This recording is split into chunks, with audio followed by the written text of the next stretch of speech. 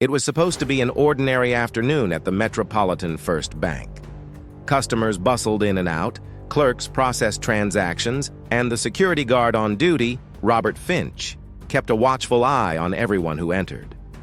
But that day, something happened that no one in the bank would ever forget. It all started when a man walked in, tall, broad-shouldered, and dressed in a simple yet elegant navy blue suit. His presence commanded attention, but it wasn't his attire that made the room fall silent. It was the color of his skin. Finch, a middle-aged, no-nonsense guard with years of experience, stiffened the moment he saw the man. His instincts weren't honed by logic but by prejudice, and in his mind, a black man walking into an elite bank in a suit that looked more expensive than his entire month's salary was a red flag. The man strode confidently to the teller, unaware of the hostile glare fixed on him. He reached into his pocket and retrieved a small leather wallet, setting it gently on the counter. He was about to speak when he heard the sharp, commanding voice of the security guard. "Sir, I'm going to have to ask you to step away from the counter." The room tensed. The man blinked, clearly caught off guard. "Excuse me?" "I said step away." Finch's voice was firm, his posture rigid. His hand hovered near the baton on his belt. The bank teller, a young woman with auburn hair, looked between them, her fingers hesitating over the keyboard.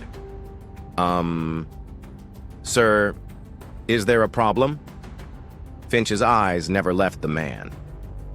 "We have to be cautious about people who don't belong." Silence. A ripple of disbelief swept through the customers waiting in line. A woman clutched her purse closer to her side. An elderly man frowned deeply. A mother hushed her child, who had turned to watch the scene unfold. The man, calm but visibly irritated, raised an eyebrow. "I'm here for business." Finch's lip curled. "Yeah? What kind of business?" Before the man could answer, Finch reached for his arm. The grip was firm, forceful. It was the kind of grip meant to send a message. A mistake. The man's expression darkened. He carefully removed his arm from Finch's grasp and straightened his suit jacket. He then reached into his inner pocket, not with the hurried movements of a man caught in trouble, but with the careful deliberation of someone about to unveil something devastating. A small black card. He placed it on the counter. The teller leaned in, eyes widening as she read the embossed gold lettering. Her breath hitched. Robert Finch's smug expression flickered with uncertainty. The teller swallowed. "Sir, She looked up at the man with newfound recognition. I had no idea. I sincerely apologize." The card bore the unmistakable insignia of diplomatic status, an emblem recognized worldwide. A diplomat. Finch's heartbeat stumbled. The man tilted his head slightly, observing the shift in the atmosphere with quiet amusement.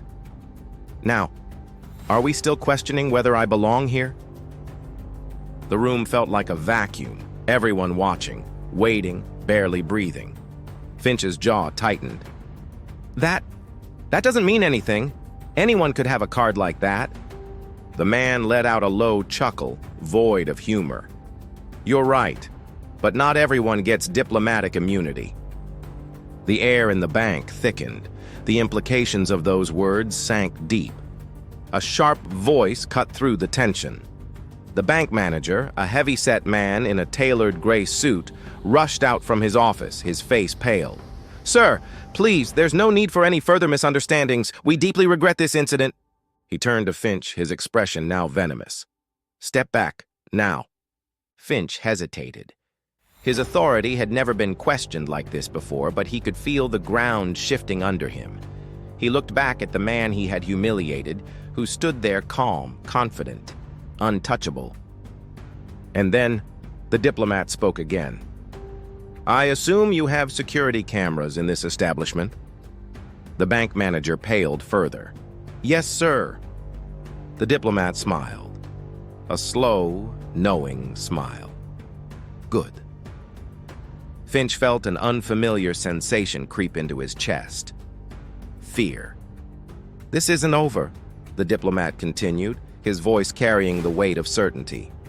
"I have friends, and I assure you, they will be very interested in how I was treated here today." A chill ran through Finch's spine.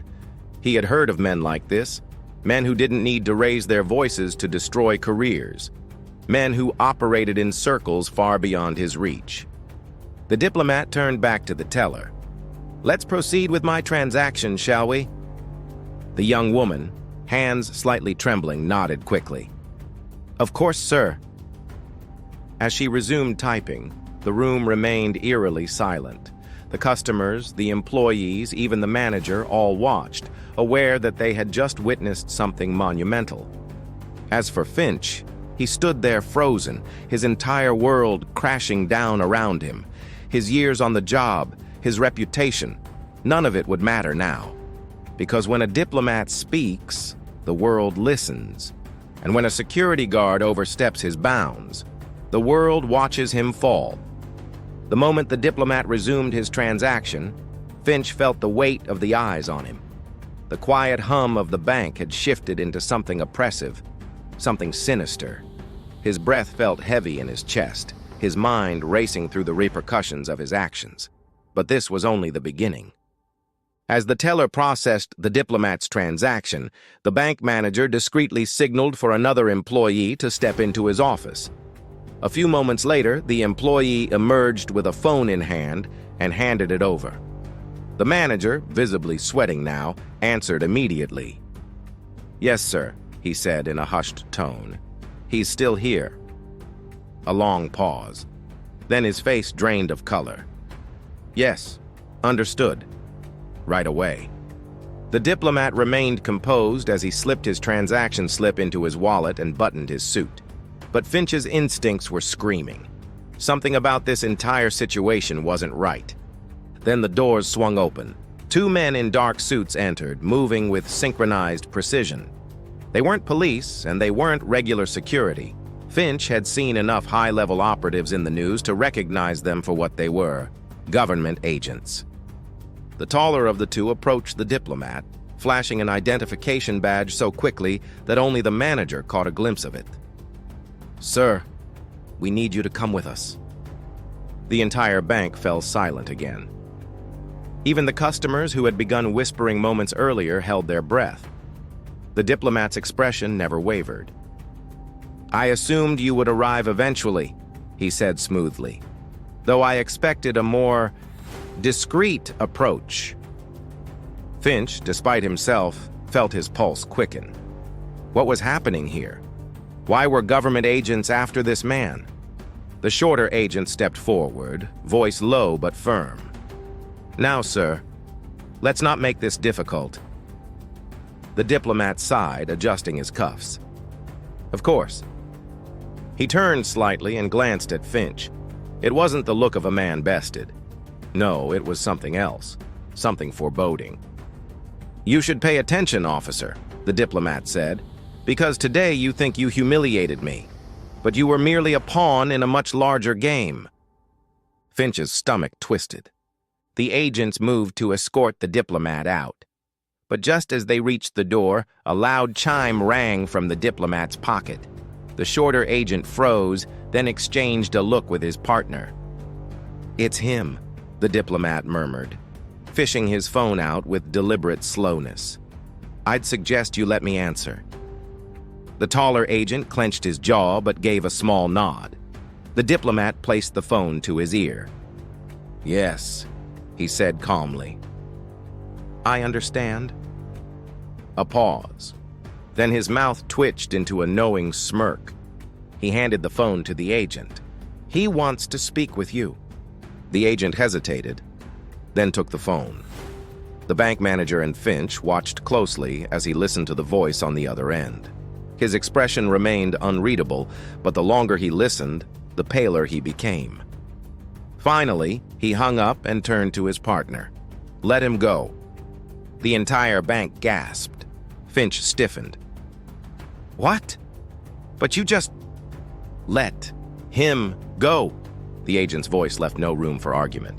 The diplomat adjusted his jacket and stepped forward, retrieving his phone from the stunned agent's hand. "I told you, gentlemen, I am not the one you should be concerned about." With that, he walked toward the exit. But just as he reached the door, he turned back. "Oh, and Finch," he smiled. "You should start looking for another job."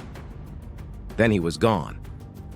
Finch stood frozen, disbelief rattling his bones. Who the hell was that man? The agent sighed, rubbing his temples. Someone far more powerful than any of us realized. And now we have a bigger problem. The bank manager swallowed. What kind of problem? The taller agent's phone rang, and he answered it with a clipped, "Go ahead." Then his face turned ashen. He hung up and turned to his partner. "There's been an attack. It's happening now." The shorter agent tensed. "Where?" The answer sent a shiver through Finch's spine. "At the embassy, the very one he works for." A stunned silence fell over the bank. The diplomat had walked out of the bank moments ago. But whatever was happening now, it was already in motion. Finch suddenly felt very small. He had thought this was just another power play, another bureaucratic mess. But no, he had just become a witness to something much, much bigger. And for the first time in his career, he wasn't sure if he'd live long enough to regret it.